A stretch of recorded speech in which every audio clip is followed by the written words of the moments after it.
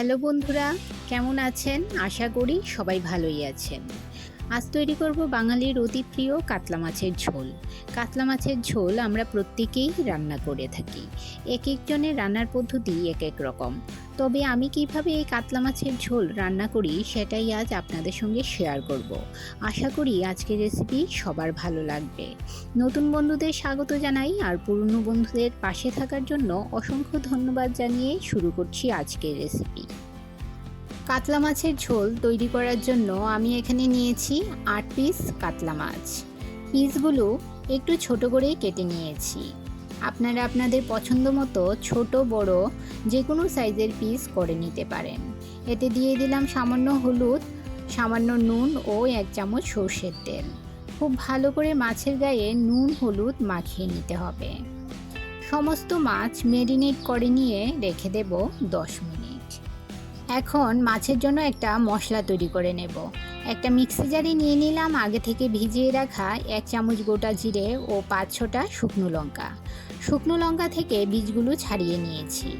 বীজ থাকলে ঝালের পরিমাণ বেশি হয়ে যেত।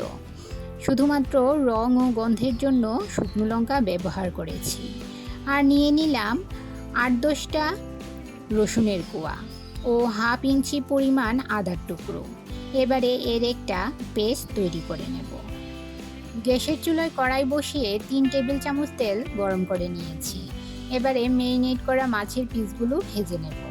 মনে রাখবেন, মাছ ভাজার আগে কড়াইটা ভালো করে গরম করে নিয়ে তারপর তেল দিতে হবে এবং তেলটা ভালো করে গরম করে নিতে হবে।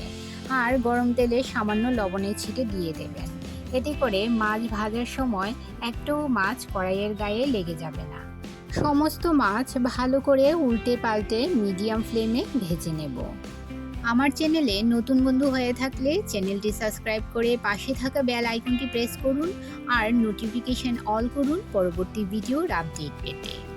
বন্ধুরা, যারা আমার চ্যানেলটি সাবস্ক্রাইব করে এখনও পর্যন্ত আমাকে সাপোর্ট করছেন তাদেরকে অসংখ্য ধন্যবাদ।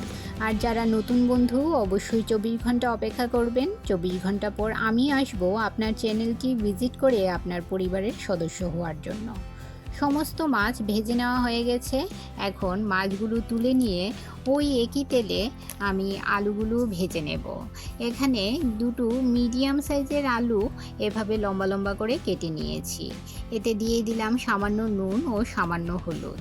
নুন হলুদ দিয়ে আলুগুলো লো ফ্লেমে রেখে 4 থেকে 5 মিনিট ভেজে নেব। আলুগুলো ভেজে নেওয়া হয়ে গেছে। এখন গ্রেভিটা তৈরি করে নেব। আলু ভেজে নেওয়ার পর ওই একই তেলে ফোড়নে দিয়ে দিলাম একটা তেজপাতা, 1 টুকরো দারচিনি, 2টো এলাচ ও হাফ চামচ কালো জিরে। সামান্য নেড়ে নিয়ে মশলা থেকে যখন একটা সুন্দর গন্ধ বের হবে দিয়ে দেব পেঁয়াজ বাটা। 2টো মিডিয়াম সাইজের পেঁয়াজ পেস্ট করে নিয়েছি। 1 মিনিট পেঁয়াজগুলো ভেজে নেব।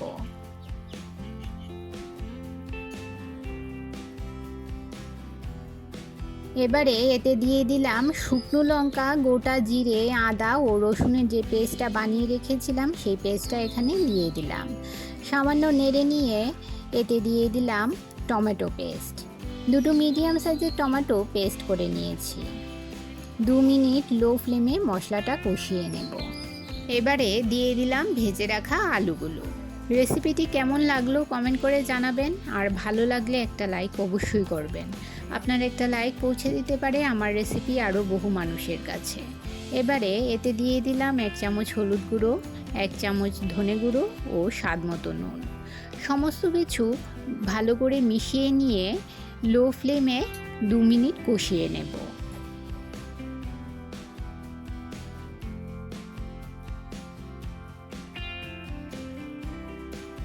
এবারে এতে দিয়ে দেব পরিমাণ মতো গরম জল। রান্নায় সবসময় গরম জল ব্যবহার করবেন, এতে রান্নার স্বাদ বজায় থাকে। ঝোল ফুটতে শুরু করলে এতে দিয়ে দেব ভেজে রাখা মাছের পিসগুলো। ঝোলের সঙ্গে মিশিয়ে নিয়ে ঢাকা দিয়ে 2 মিনিট রান্না করে নেব। 2 মিনিট পর ঢাকা সরিয়ে নিলাম। এবারে ওপর থেকে কিছু ধনেপাতা ছড়িয়ে নামিয়ে নিলেই রেডি দারুণ টেস্টি কাতলা মাছের ঝোল। বন্ধুরা, আজ এই পর্যন্তই। আবার দেখা হবে আরেকটি নতুন ভিডিওতে। নতুন রেসিপি নিয়ে। সবাই ভালো থাকবেন, সুস্থ থাকবেন।